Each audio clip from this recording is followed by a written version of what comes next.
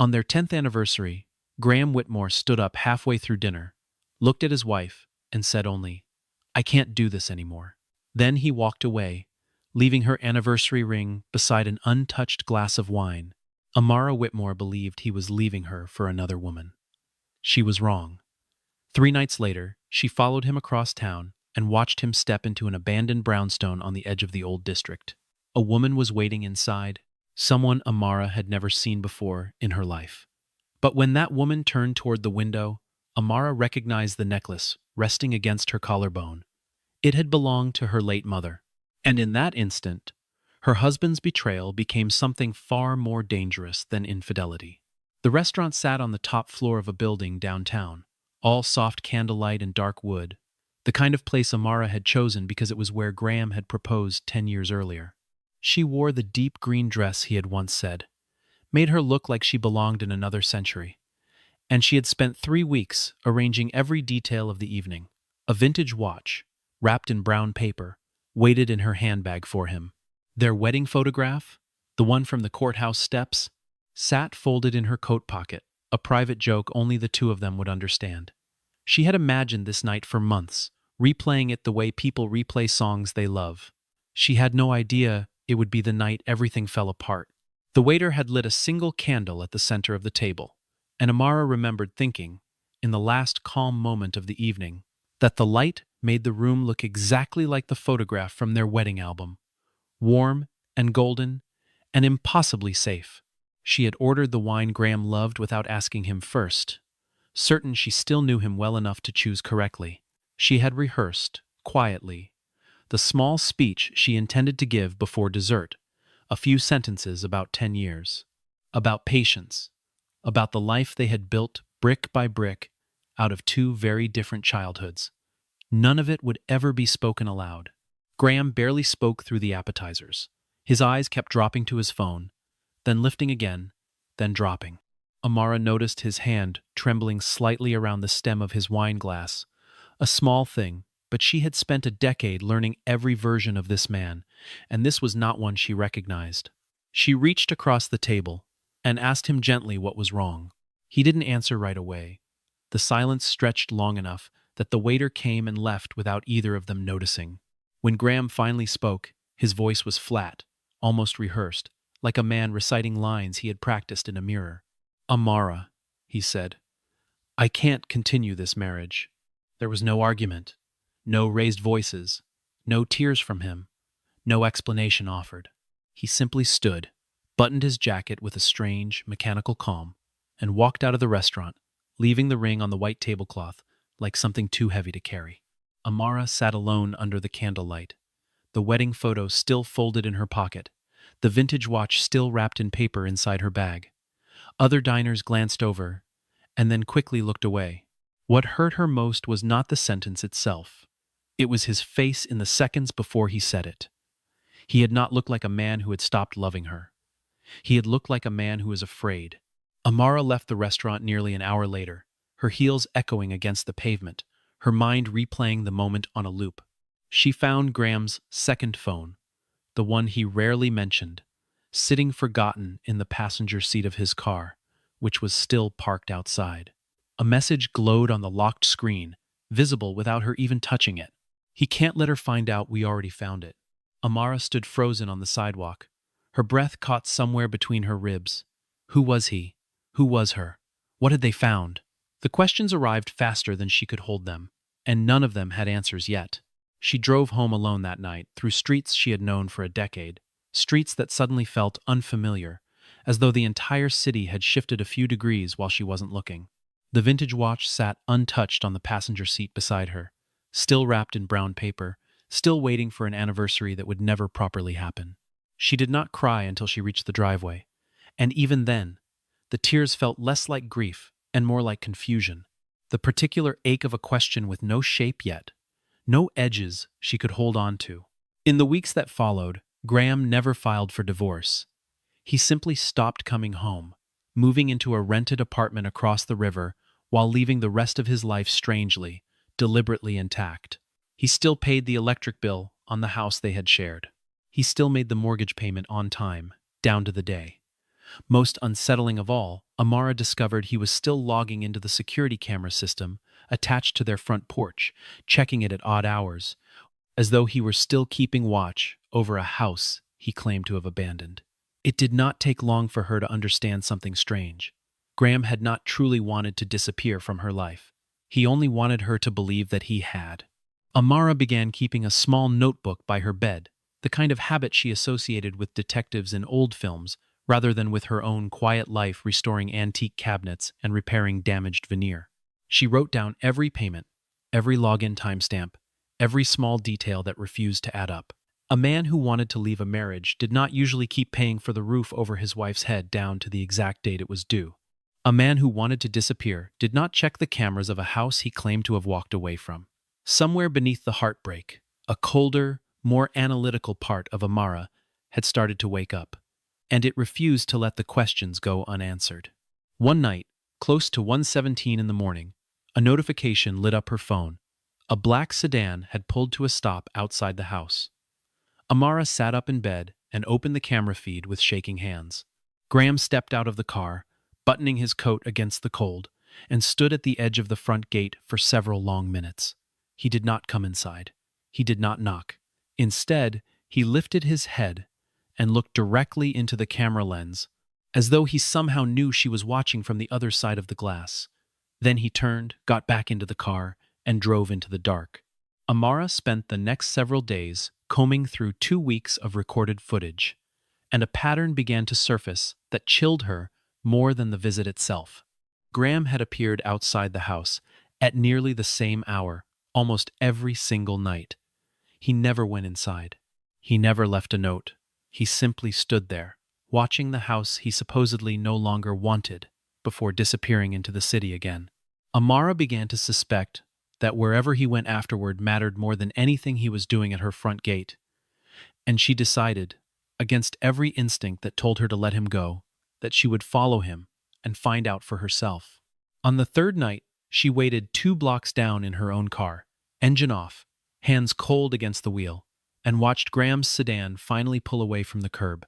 She followed at a careful distance through streets she barely recognized, past shuttered storefronts and empty lots, until his car slowed in front of an old brownstone building with boarded windows and a door that looked as though it hadn't been painted in 20 years. Graham stepped out, glanced once over his shoulder, and disappeared inside. A single light flickered on in an upstairs window, and through that window, Amara saw the outline of a woman who had clearly been waiting for him. The street outside the brownstone was quiet, in the particular way abandoned. Places always are. Empty lots on either side. A street lamp, with its bulb long dead, the kind of block a city forgets to maintain once the money moves elsewhere. Amara sat with her hands locked around the steering wheel, telling herself this was the moment she would finally understand her own marriage, bracing for a truth she assumed would be simple. A mistress. An affair. A betrayal with an ordinary shape she could grieve and eventually survive. She had no idea yet that the truth waiting behind that window would refuse to be simple at all. Amara parked across the street in the shadow, between 2 street lamps, and watched as the woman came fully into view. She was nothing like the mistress Amara had imagined in her darkest, most private moments. There was no glamour to her, no carefully applied makeup, no dress meant to be noticed. She wore plain dark clothing, her arms crossed tightly over her chest, her posture tense in a way that suggested fear rather than romance. Her name, Amara would later learn, was Celeste Veyron, and nothing about the way she stood beside Graham looked like 2 people conducting an affair. It looked like 2 people bracing for something far worse. Their voices carried faintly through the cracked window, sharp and urgent, though Amara could only catch fragments. She heard Celeste's voice rise above a whisper. 10 years, Graham. You cannot keep hiding this from her. The words landed like a stone in Amara's chest. 10 years was the exact length of her marriage, and Celeste had said it with the certainty of someone who knew precisely what those years had cost. Amara watched as Graham reached into his coat and produced a small metal box, offering it to Celeste, with hands that trembled the same way they had trembled at dinner 3 nights earlier. Celeste opened the lid, stared inside for a long moment, and then pressed a hand over her mouth as her shoulders began to shake with quiet, unmistakable sobbing. Amara nearly stepped out of the car right then, desperate to demand answers from both of them at once. But before she could move, Celeste's head turned sharply toward the window, her eyes scanning the dark street below as though she had sensed she was being watched. Amara ducked low in her seat, heart pounding against her ribs, and did not lift her head again until the light upstairs finally went dark. She drove home in silence, replaying every second of what she had seen. And the moment she stepped through her own front door, she went straight to the small cedar chest where she kept her late mother's jewelry, untouched since the funeral 3 years earlier. She opened it with unsteady fingers and immediately noticed the empty space where a particular necklace should have been, a thin gold chain with a small carved pendant that had belonged to her mother since before Amara was even born. It had been missing for years, and Amara had always assumed it was simply lost. Now, standing in the quiet of her bedroom, she understood with sudden, sickening clarity exactly where it had gone. Celeste Veyron had been wearing it around her neck. She barely slept that night, replaying the two of them standing in that lit window, the metal box, the tears, the way Celeste's whole body had folded inward, as though something inside her had finally broken loose after years of holding itself together. Amara turned the fragments over and over, searching for a story that made sense of a stranger wearing her dead mother's necklace and finding nothing that fit. By morning, exhaustion had replaced panic with a strange, focused clarity, the kind that arrives only after a person has run out of easier explanations. The following morning, Amara drove to the storage unit where she had kept her mother's remaining belongings after the funeral, boxes she had never fully found the courage to open. Her mother had always been private about her past, deflecting questions with a smile and a change of subject, and Amara had respected that silence for years without ever questioning it. But grief had a way of rearranging priorities, and now, sitting cross-legged on the concrete floor of a storage unit, Amara finally opened the old leather suitcase she had avoided for 3 years. Inside, beneath folded scarves that still carried her mother's perfume, she found a stack of property documents dense with legal language she didn't fully understand, a handful of faded photographs, and a letter that had never been sealed or sent. Near the bottom of the suitcase was a single photograph that stopped her breathing entirely. Her mother, younger than Amara had ever known her, stood smiling beside a white man in his 20s, his arm draped casually around her shoulders in a way that suggested closeness rather than coincidence. Amara turned the photograph over. On the back, in her mother's careful handwriting, was a single name that made her stomach drop. The man in the photograph was Graham's father. Amara set the photograph down on the concrete floor beside her and simply stared at it for a long while, trying to fit this new piece into a puzzle she hadn't known she was solving. Her mother had never once mentioned knowing anyone named Whitmore, had never so much as flinched the day Amara first brought Graham home for dinner, had sat across from him at holiday tables for years, with a warmth that now seemed almost impossible to reconcile, with secrecy this deep.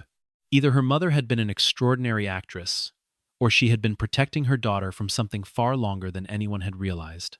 The discovery raised more questions than it answered, and it explained nothing about who Celeste Veyron truly was, or why she wore Amara's mother's necklace like it belonged to her. Amara brought the documents to Dorian Mercer, a lawyer who had once handled a small portion of her mother's estate, and who had always struck her as someone who noticed far more than he ever said aloud. Dorian studied the property papers for a long time before finally looking up, his expression careful in the way of a man choosing his next words with great precision.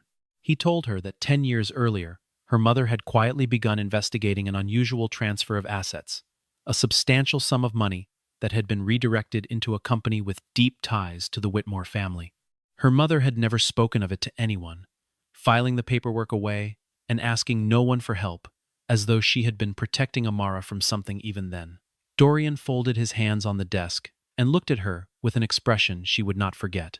"Amara," he said quietly, "you need to prepare yourself. Your mother didn't just know the Whitmore family. She was trying to expose them." That single sentence rearranged everything Amara believed about her own marriage, and for the first time since the anniversary dinner, she began to wonder whether the last 10 years of her life had been built on a foundation she never knew existed. She walked out of Dorian's office into the bright afternoon light, feeling strangely unmoored, as though the sidewalk beneath her had quietly shifted while she wasn't paying attention.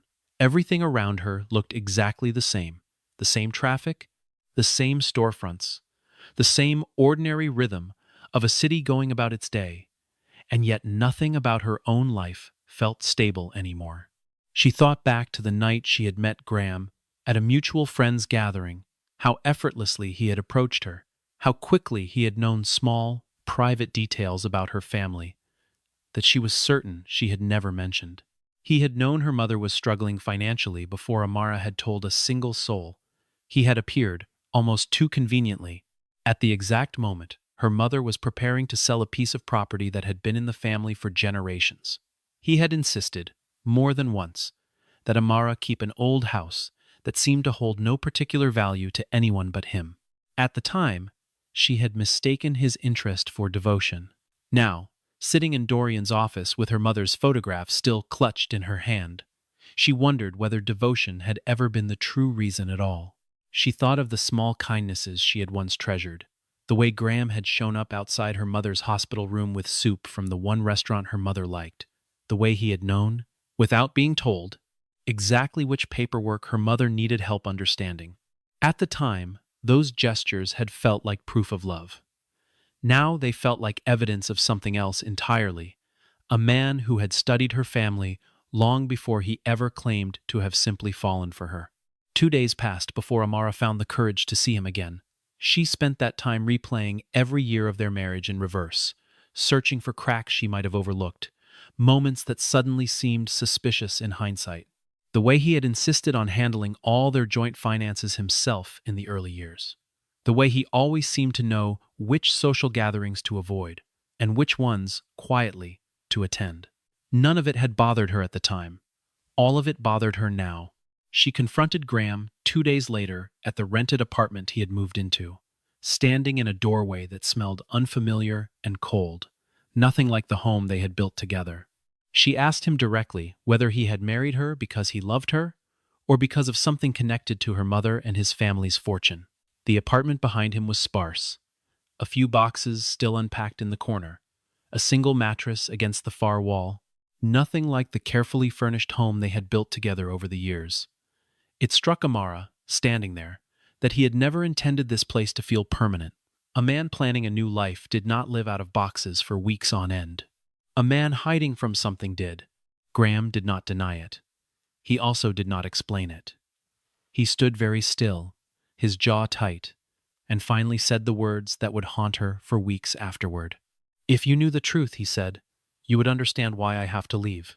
Amara felt something break open inside her chest, somewhere between grief and fury. "Are you protecting me?" she asked. "Or are you protecting yourself?" Graham said nothing. For the first time in 10 years of marriage, Amara watched real fear settle into his features. Not the practiced calm he wore at board meetings or family dinners, but something raw and unguarded. Before she left, he added one thing, quiet and deliberate. "Celeste is not the woman you think she is." He offered no further explanation, and Amara drove home with more questions circling her than she had arrived with. A week later, an envelope appeared in her mailbox, with no return address and no name written anywhere on it. Inside was a single photograph, old and slightly creased, showing Graham and Celeste standing together outside a hospital entrance, a full decade earlier, their faces marked with an exhaustion that had nothing to do with romance. Amara stared at the image for a long time, unable to place it within any story she had constructed so far, and she understood, with growing unease, that the truth was far more complicated than an affair. She slept with the photograph on her nightstand that night, the way some people keep medicine close in case of an emergency, as though staring at it long enough might finally force it to explain itself. No explanation came, only more questions, quietly multiplying in the dark. Amara found Celeste, 3 days later, at a small coffee shop near the brownstone, choosing to approach her directly, rather than continue circling the truth from a distance. Celeste's expression hardened the moment she recognized her, and for several minutes she refused to say anything at all, stirring her coffee in silence as though the conversation had never begun. It was only when Amara mentioned her mother's name that something in Celeste's posture finally shifted, her shoulders dropping, her guarded eyes softening into something closer to grief. The coffee shop was nearly empty at that hour, just the low hum of a refrigerator and the occasional hiss of the espresso machine, and Celeste kept glancing toward the door, as though she expected someone else to walk through it at any moment. She was 37 years old, though something about the way she carried herself made her seem both older and younger at once, weathered by years of looking over her shoulder, softened by a grief she had clearly never fully set down. Celeste explained, slowly and carefully, that she had once worked for a company owned by the Whitmore family, back when she was barely older than 25. 10 years earlier, she had uncovered financial records that didn't add up, transfers routed through shell accounts, numbers that quietly vanished between reports. She had planned to report what she found. Before she could, she was threatened, quietly and effectively, by people with far more power than she had. Graham, she said, had been the only person inside that world who helped her disappear safely, arranging a new identity and a fresh start far from the company that had nearly destroyed her. Amara asked the obvious question. If that danger had passed a decade ago, why were the two of them still meeting in secret, night after night, all these years later? Celeste's answer came quietly, almost reluctantly. They were searching for something Amara's mother had hidden long before she died. A copy of a financial record so damaging it could prove that someone inside the Whitmore family had systematically stolen from people who trusted them. That record had vanished after the funeral, and Graham and Celeste had spent years quietly trying to locate it before it fell into the wrong hands. Celeste looked at Amara with an expression that was almost pity. "Graham didn't leave you for another woman," she said.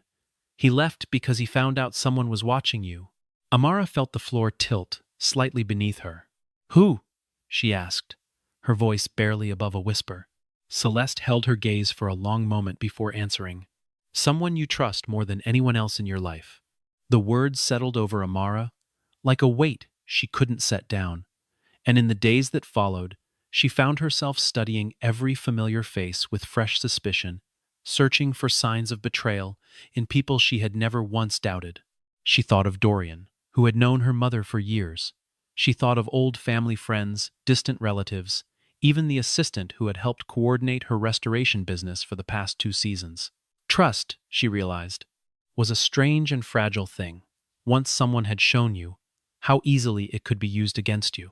She barely slept that week, jumping at every unfamiliar sound outside her window, wondering if the eyes watching her had been closer than she ever imagined. Dorian called her into his office again, a week later, his expression grim as he slid a folder across the desk. He had discovered a secret account that had, for years, quietly paid a series of fees connected to Amara's own life, insurance premiums, background checks, even the lease renewal on her mother's old storage unit. The money had originated from an old trust fund belonging to the Whitmore family, one that predated Graham's involvement entirely.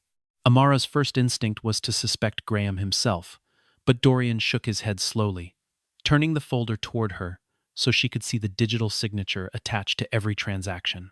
The signature did not belong to Graham. It belonged to Vivienne Cross, the woman who had served as the Whitmore family's longtime housekeeper and closest confidant for nearly 3 decades. Vivienne had known every secret that family ever buried, quietly present in the background of every important moment, trusted precisely because no one thought to question her.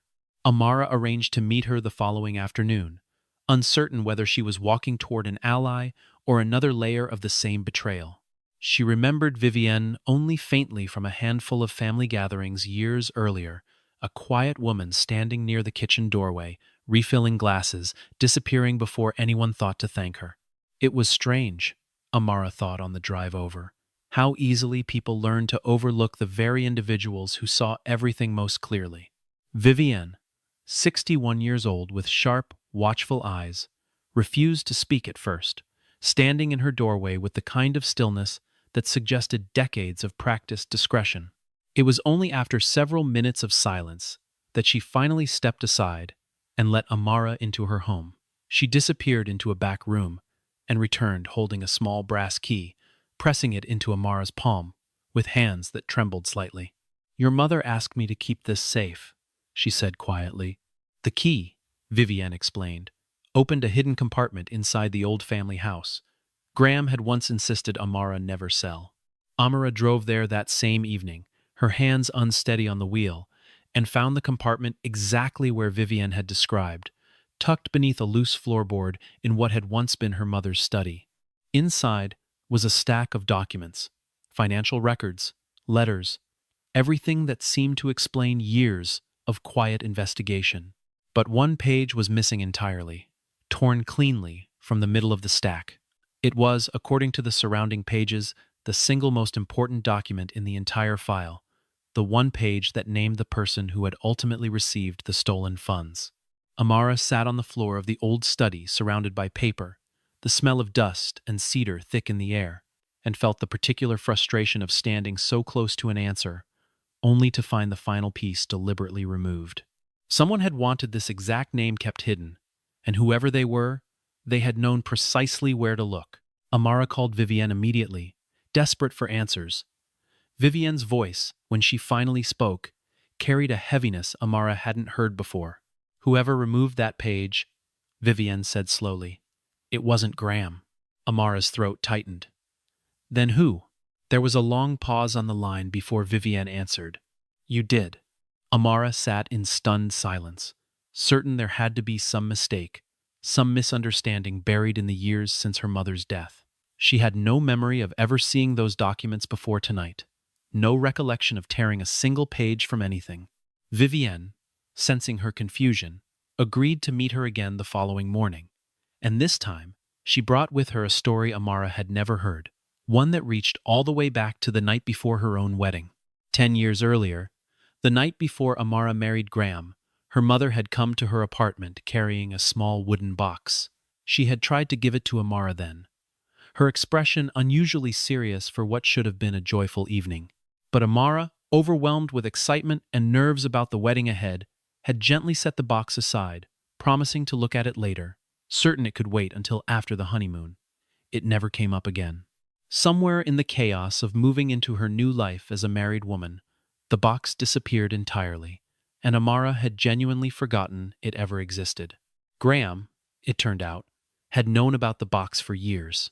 He had spent the better part of a decade quietly searching for it, not because he wanted the fortune it might reveal, but because he understood exactly how dangerous its contents could become in the wrong hands.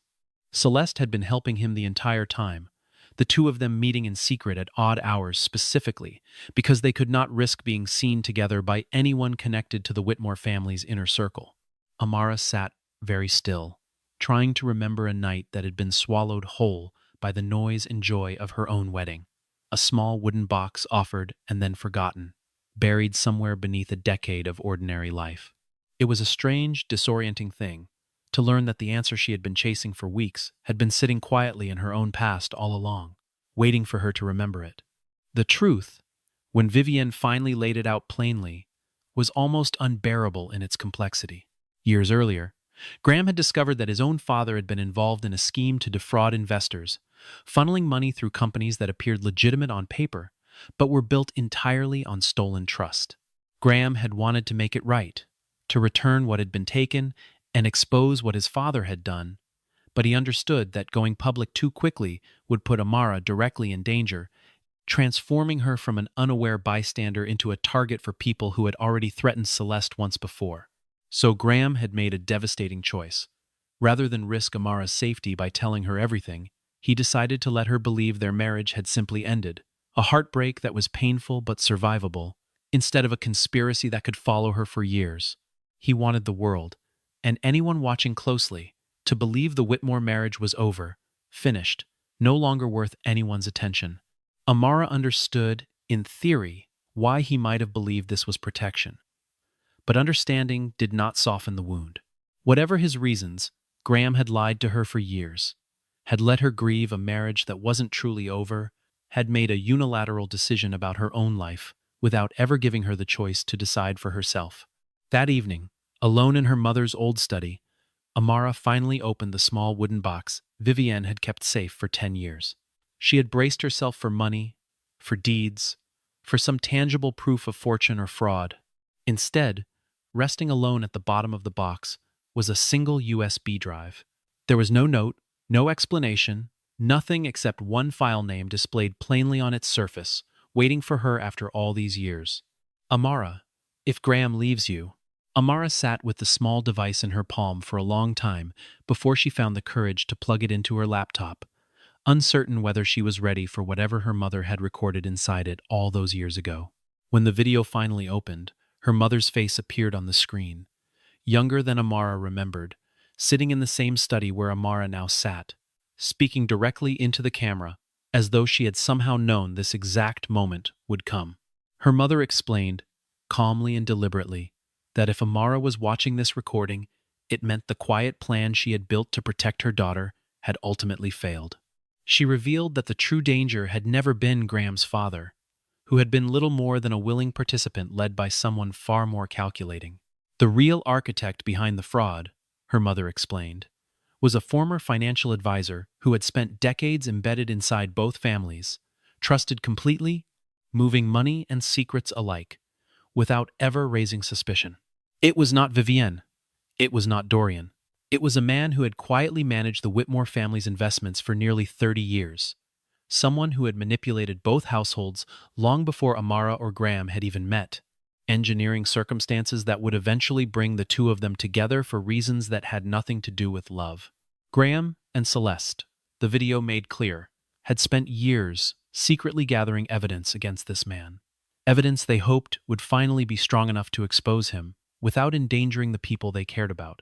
Her mother's voice on the recording was steady, unhurried, the voice of a woman who had clearly rehearsed these words many times before finally allowing herself to say them into a camera. She spoke of watching Amara fall in love with a man whose family history she had chosen, deliberately, not to poison with suspicion, hoping instead that time and distance would resolve what she herself had never been able to fully untangle. She had not wanted her daughter's happiness shadowed by a war that belonged to an older generation.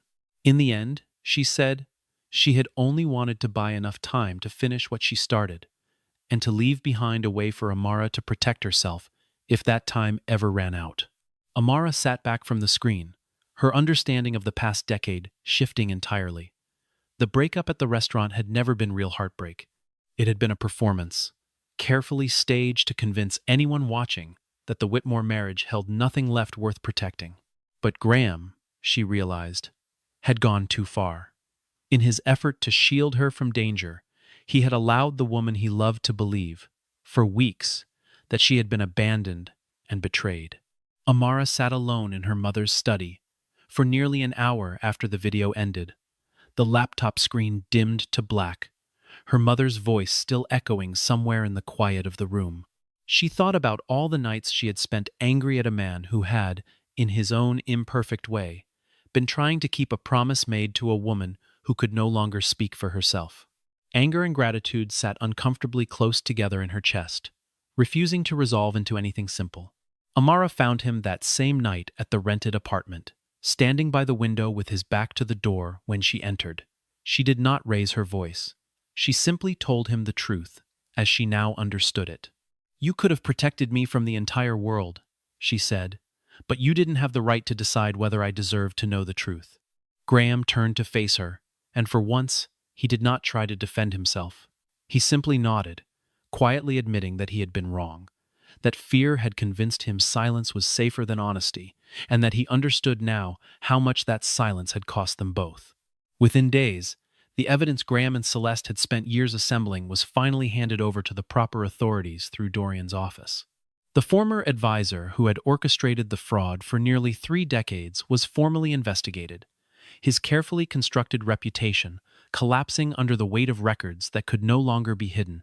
Reporters who had once praised his judgment now scrambled to cover his downfall, and the very people who had trusted him with their fortunes for a generation were left sorting through the wreckage of decisions they never should have had to question. The danger that had shadowed both families for years was finally, publicly, undeniably over. Celeste, for the first time in a decade, stopped looking over her shoulder when she walked into a room. Vivienne, released from the burden of a secret she had carried since before Amara was even born, finally allowed herself to speak openly about the woman she had quietly protected for so many years. Dorian closed the file that had once belonged to Amara's mother and filed it. At last, under cases resolved rather than cases pending, a small administrative gesture that felt, to everyone involved, like the closing of a much larger wound. Amara, however, remained uncertain about the one question that mattered most to her now. She still had not decided whether she could forgive the man who had let her believe their marriage was dead. Several weeks passed before Amara allowed herself to feel anything resembling peace. She lived alone during that time, deliberately not waiting by the phone for Graham's calls, redirecting her energy instead into her work, restoring antique furniture, and slowly repairing the old house that had once belonged to her mother. There was something steadying about sanding down old wood and rebuilding what had been neglected, a quiet metaphor she didn't need anyone to explain to her. Each evening she worked a little longer than necessary in the workshop behind the house, running her hands over grain that had been buried under decades of varnish, uncovering something honest underneath layers that had once hidden it completely. It was, she thought more than once, exactly the kind of patient work her own life seemed to require now. He wrote her letters instead, short ones, never longer than a single page, never asking for anything in return. He mentioned small things, a bird that had built a nest outside his apartment window, a case Dorian had mentioned in passing, nothing urgent, nothing demanding a response. Amara did not answer any of them, but she kept every single one in a drawer beside her bed, and she noticed, with some surprise, that she had stopped throwing them away. Graham eventually came to see her, arriving without flowers, without an elaborate speech prepared, without any grand gesture meant to erase what had happened between them. He simply placed his wedding ring on the table between them and looked at her with an honesty she hadn't seen from him in years. "I'm not here asking you to come back," he said quietly. "I only want you to know that for the first time in 10 years, I'm not hiding anything from you." Amara studied him for a long moment, weighing everything she now understood about the man across from her. She believed, without question, that Graham loved her. She also understood, with equal certainty, that love alone could not erase years of secrecy, however well-intentioned it had been. She did not reach for the ring. She did not tell him everything was forgiven. Instead, she told him plainly that if they were ever going to rebuild anything together, it would have to start from nothing, with no secrets, no unilateral decisions made in the name of protection, no more choices made for her without her consent. In the months between, they met occasionally, always in public, always briefly, two people learning how to speak to one another again without the old shorthand of a marriage built on silence. Graham never pushed. He answered every question she asked, no matter how uncomfortable, and slowly, carefully, something that resembled trust began to take root again in the space between them, fragile as new growth after a long, hard winter. A year passed before Amara hosted a quiet dinner at her mother's old house, now fully restored, its floors polished, its study finally free of hidden compartments and buried secrets. Graham arrived that evening, not as the husband who had once walked away from a restaurant table, but as a man carefully, patiently working to rebuild a trust that had been broken by his own hand. The wedding ring sat on the table between them once more, exactly where he had left it months earlier. Amara looked at it for a long moment. She did not put it back on. She simply smiled, a small, honest smile that held both the weight of everything they had survived and the quiet possibility of everything that might still come. After all that had happened, she finally understood something she would carry with her for the rest of her life. Forgiveness did not mean forgetting. It meant that two people had found the courage to rebuild something that had once been broken, together, with nothing left hidden between them. 10 years earlier, Amara had believed her husband was leaving her because he had found someone else. That night at the restaurant, she had thought her marriage was ending in the ordinary, painful way marriages sometimes end. What she would come to understand, months later, was that Graham had not been walking away from her at all. He had been fighting, in the only way he knew how, to keep her alive and untouched by a danger she never even knew existed. And in the end, the question that mattered was no longer whether she could forgive him for the lie. It was whether he had finally learned that love without honesty was never truly love at all. and whether together they were both brave enough to build something real from what remained.